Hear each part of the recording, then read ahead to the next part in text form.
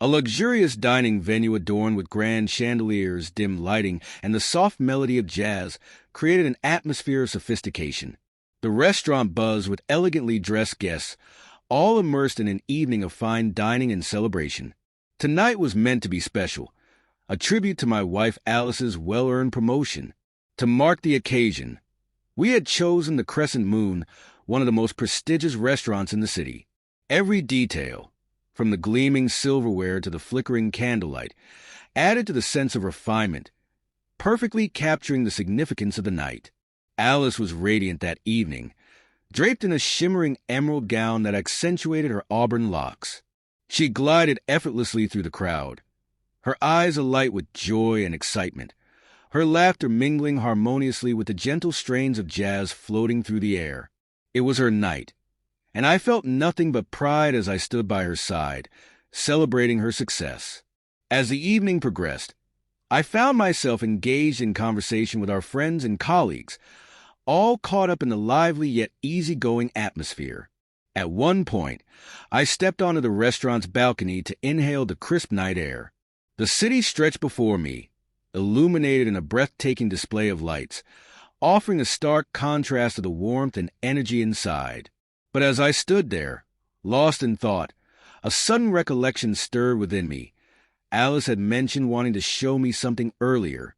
A sense of curiosity took hold, prompting me to return to the celebration and seek her out. The ambience inside had shifted slightly. The chatter had grown louder, and there was a subtle but noticeable energy in the air. Scanning the room, I searched for Alice, and when I finally spotted her, my heart sank. She stood in a secluded corner of the restaurant with Richard, her boss. Tall and commanding, Richard carried an air of authority that had always been evident. Though I had long known him to be driven, I had never considered that his ambitions might extend beyond the professional. At first, their exchange seemed ambiguous, neither overtly inappropriate nor entirely innocent. But as I drew closer, an unsettling truth began to unfold. Their conversation carried an unmistakable intimacy, one that should not have existed between them. Standing just outside their view, I observed as they spoke in hushed tones, their faces mere inches apart. Richard's hand rested casually on Alice's lower back, and her reaction was not one of discomfort, but something far more alarming. There was a familiarity in her posture, a playful ease in her expression. A heavy weight settled in my chest, my heartbeat quickening to an unsteady rhythm. The illusion of our perfect evening was crumbling before my eyes, replaced by a revelation I hadn't been prepared to face. When Richard's lips brushed against Alice's ear, she responded with a warm, inviting smile. A chilling realization crashed over me, sending my heart into a frenzied rhythm.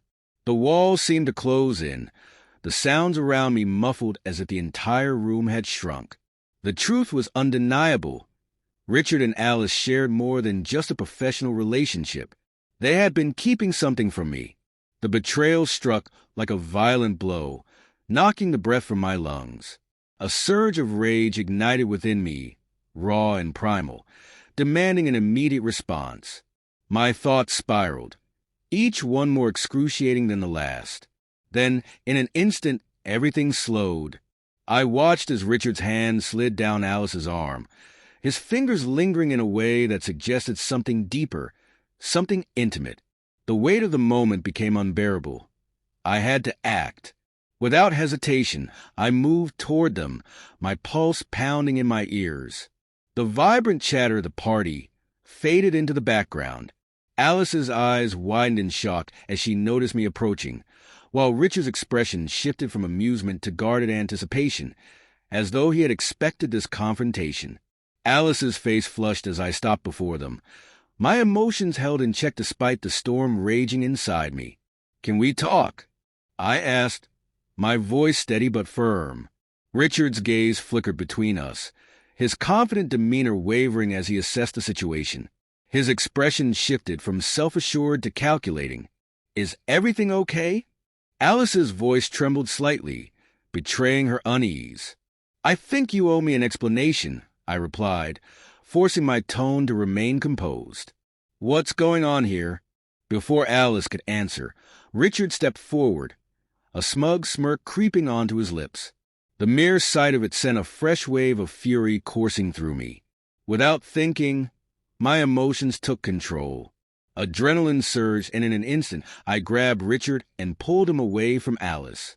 A ripple of murmurs spread through the crowd, the once lively atmosphere turning tense as guests became aware of the unfolding confrontation.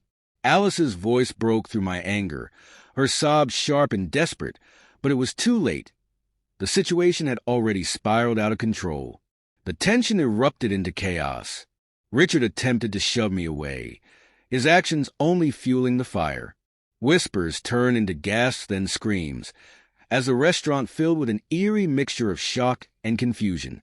The world around me blurred into a dizzying symphony of noise. Then, in a split second, I made my decision. I met Richard head-on, no longer restraining the fury that had been clawing at my insides. My emotions, the betrayal, the anger, the raw sense of injustice, manifested into something tangible, something unstoppable. The moment was no longer about words. It was action, and in that heated instant, the night took a turn none of us could have predicted.